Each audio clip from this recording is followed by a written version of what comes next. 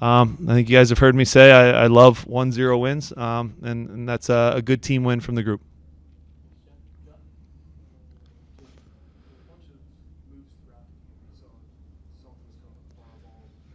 Yeah.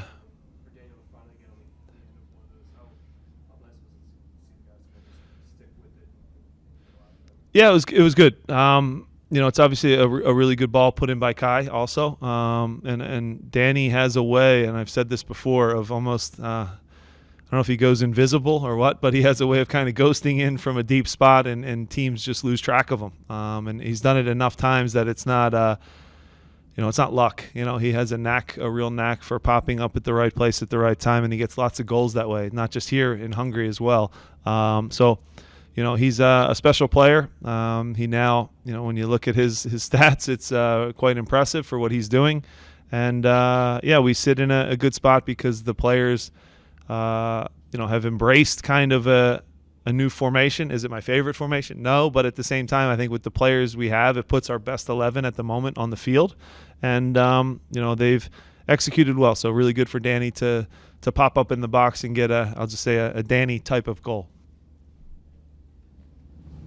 Jim, Leon and Jose had some moments going forward there where they were really dangerous. Mm-hmm. What is it about that double pivot that freed them up a little bit tonight? Yeah, I think they're starting to get a good understanding of when one goes forward, the other will be there to hold. And then you also have the luxury of, we have three center backs that I'll put one-on-one against any group of attackers, and we can just let them be, which is, I'll just say, a luxury a lot of teams don't have, because the attacking players in this league are so dynamic and dangerous, but Damian in space, Jacob in space, and Jack Elliott, they can all go 1-versus-1, and you can leave them. So knowing that as a midfielder, you can take a little more risk and be a little bit more brave when there's three big center backs back there waiting. And also, when Leon was forward, Jose's always there to protect and cut off passes to Swiderski. And then when, Jose got forward a little bit too, same thing. So they're getting an understanding of each other, which is good.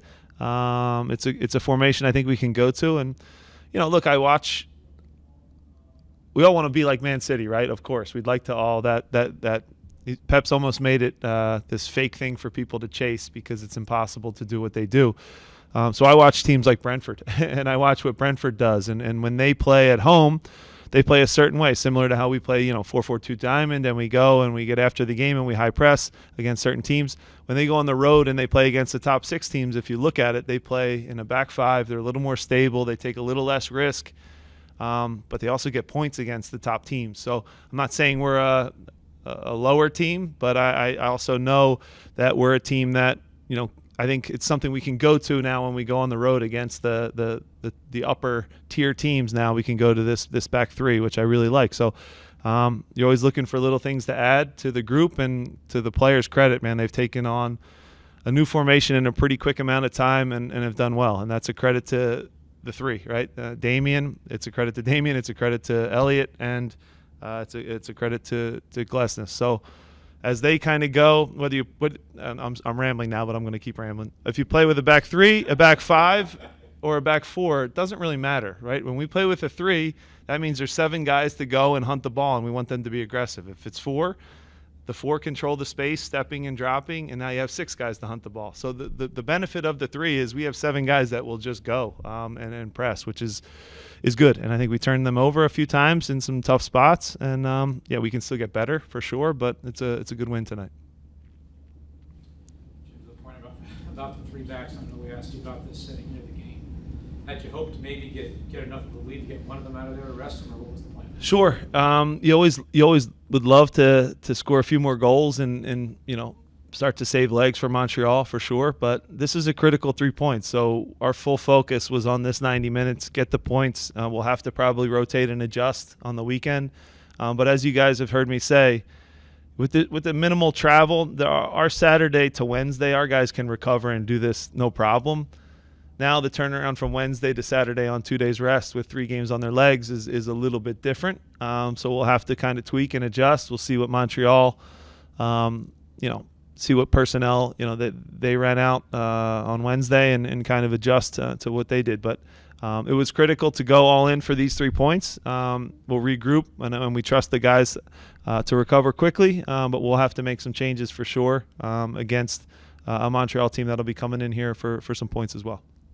Hey, Jim, 2-part question. One, Secondly, can you talk about defending the home field? Yeah, the one thing you take away from tonight is that we can put together multiple good performances, and that's what we've been. We've been a consistent group in this last 8 games. Have we been perfect? Of course not. Could have been better and sharper against DC and the 0-0 on a Wednesday, of course. But to grind out wins on the Wednesday nights in this league is so important. Usually, that's a time when teams aren't fully recovered. Our fitness can really play a role, and if you look historically, we've been pretty good on Wednesdays, especially in this building, and that's a credit to the fans. It's a credit to our guys being able to be up for it. The sports performance department does a great job getting these guys recovered quick, and we're fit and we're healthy. If you look through the injury list, we only have, outside of Ollie, we're pretty clean. I don't want to knock on wood, but if you look at some of the lists in the league, it's 8, 9, 10 guys on there. They're starting to do what we had to do in the Champions League, and it's going to catch up with teams. So playing that many games just naturally with the size of the rosters is hard. So we have a group that hasn't played our best soccer yet. I've said that already, but we're in a pretty good run of form now, and we have a big opportunity against Montreal. It was a rare occurrence that only a few minutes without all 3 attackers off the field. Yeah. Is that kind of just the personnel you have and the situation, making sure the 1-0 lead was the most important instead of getting the second, bringing in? Yeah. Bueno? Yeah. Bueno did a great job against New York City, and it kind of flattened out our midfield into a 3, and it takes away that we don't have a true 10 in there anymore because Danny kind of did like a second striker /10.